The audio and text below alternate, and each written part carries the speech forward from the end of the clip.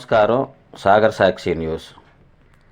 Lorry యజమానుల సమస్యల పరిష్కారానికి తన వంతు కృషి చేస్తానని శ్రీ విఘ్నేశ్వర ఉమ్మడి తూర్పుగోదావరి జిల్లాల లారీ ఓనర్స్ అసోసియేషన్ నూతన అధ్యక్షులు దుగ్గిన నాగరాజు బాబ్జీ అన్నారు. మండపేట మండలం ద్వారపూడి అసోసియేషన్ కార్యాలయంలో శనివారం నూతన కార్యవర్గ సమావేశం స్థానిక అధ్యక్షులు చిక్కాల శ్రీనివాస్ అధ్యక్షతన జరిగింది. ఉమ్మడి జిల్లాలోని 19 యూనియన్ నాయకులు నూతన కార్యవర్గాన్ని ఎన్నుకున్నారు. ఉపాధ్యక్షులుగా దుర్గారావు, ప్రధాన కార్యదర్శిగా వాకపల్లి స్వామినాయుడు, కోశాధికారిగా చిట్టిబాబు రాజు, క్రియాశీల కార్యదర్శిగా సంగిరెడ్డి రవి, సహాయ కార్యదర్శిగా వేటుకూరి సూర్యనారాయణ, కన్నెడి నానాజీ, గౌరవ అధ్యక్షులు దౌలూరి ఈశ్వరరావు, నల్లమిల్లి వెంకట సుబ్బారెడ్డి, నందం సత్యనారాయణలను ఎన్నుకున్నారు. ఉమ్మడి తూర్పుగోదావరి జిల్లా లారీ ఓనర్స్ అసోసియేషన్ 19 యూనియన్లు కలిపి దుగ్గిన నాగరాజు బాబ్జీని ఏకగ్రీవంగా అధ్యక్షుడిగా ఎన్నుకున్నారు. అనంతరం అన్ని యూనియన్లు కలిపి కాకినాడ రూరల్ ఎమ్మెల్యే పంతం నానాజీని మర్యాదపూర్వకంగా కలిశారు. ఈ సందర్భంగా ఆయనను దుశ్శాలువతో సత్కరించి గౌరవించారు. మొన్న 20వ తారీఖుని సామలకోటలో ఉమ్మడి తూర్పుగోదావరి జిల్లా లారీ అసోసియేషన్ జనరల్ బాడీ పెట్టుకోవడం జరిగింది. ఆ రోజు నాకు నిజంగా గతంలో నేను 2 జిల్లా ప్రెసిడెంట్గా చేసేవాడిని. నేను రాజకీయాల కారణంగా మినిస్ బుక్, రికార్డు, బ్యాంకు రిజిస్ట్రేషన్ అన్నీ కూడా నా దగ్గర ఉండగా, నేను బయలాలో ఉండగా కూడా బాడీ డిజాల్వ్ అవ్వకుండా వైఎస్ఆర్ పార్టీలో అది రుబాబుగా మమ్మల్ని ఇవాళ దింపడం జరిగింది. ఇవాళ రాజకీయాలు ఎంటర్ అవుతే యూనియన్లు ఉండవని చెప్పేసి ఒక కారణం ఉంటుంది. రాజకీయాలు ఎప్పుడు ఎంటర్ అవ్వకూడదు. ఎవరు ఎమ్మెల్యేలు అయితే వాళ్ళనే దైవులుగా మనం భావించుకునే పరిస్థితి యూనియన్లకి రావాలి. అందుచేత నాకు నిజంగా జిల్లా యూనియన్లో కానీ లారీ యూనియన్లో కానీ నాకు ఇంట్రెస్ట్ లేదు పదవి చేయడం. ఈరోజు కూడా నాకు ఇంట్రెస్ట్ లేదు నిజంగానే. కానీ ఒకటి చెప్పగలుగుతున్నాను నేను ఈ ప్రెస్ మీట్ ద్వారాగానే.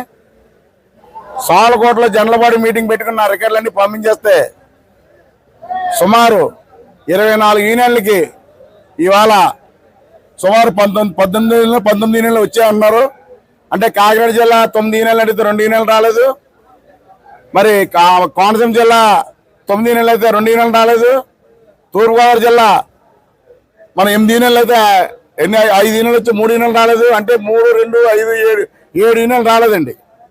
అన్నీ కూడా ఏకదాటిగా సోమలకోట యూనియన్లో నేను లేకుండా నన్ను ఒక ప్రెసిడెంట్ కింద ఎన్నుకోవడం అంటే భగవత్ ఇచ్చిన వరం అనుకుంటాను నేను.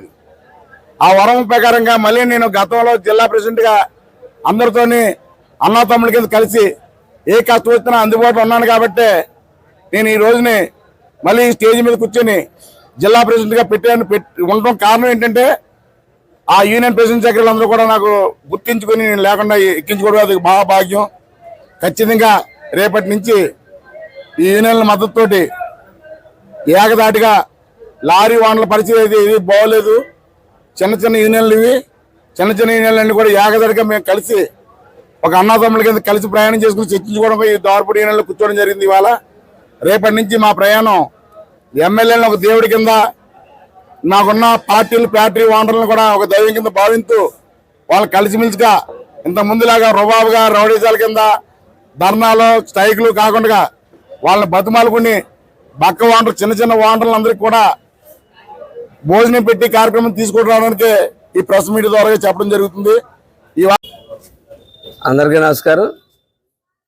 ఈరోజు బాబ్జీ గారి యొక్క ఆధ్వర్యంలో ఒక రకంగా చెప్పాలంటే వాళ్ళందరూ కూడా బాబ్జీ గారి నాయకత్వం కావాల్సి ఉండాలి అన్న ఆలోచనతో ఈవేళ కాకినాడ జిల్లా నుంచి 19 యూనియన్లు ఈవేళ బాబ్జీ గారిని జిల్లా అధ్యక్షుడిగా ఎన్నుకోవడం జరిగింది. ఏదో కొంతమంది చెప్తూ ఉంటారు, ఏదో ఆనవాయితీగా కాకినాడ ప్రెసిడెంటే దీని ప్రెసిడెంట్గా ఉండాలి, లేకపోతే రాజమండ్రి ప్రెసిడెంట్గా ఉండాలి.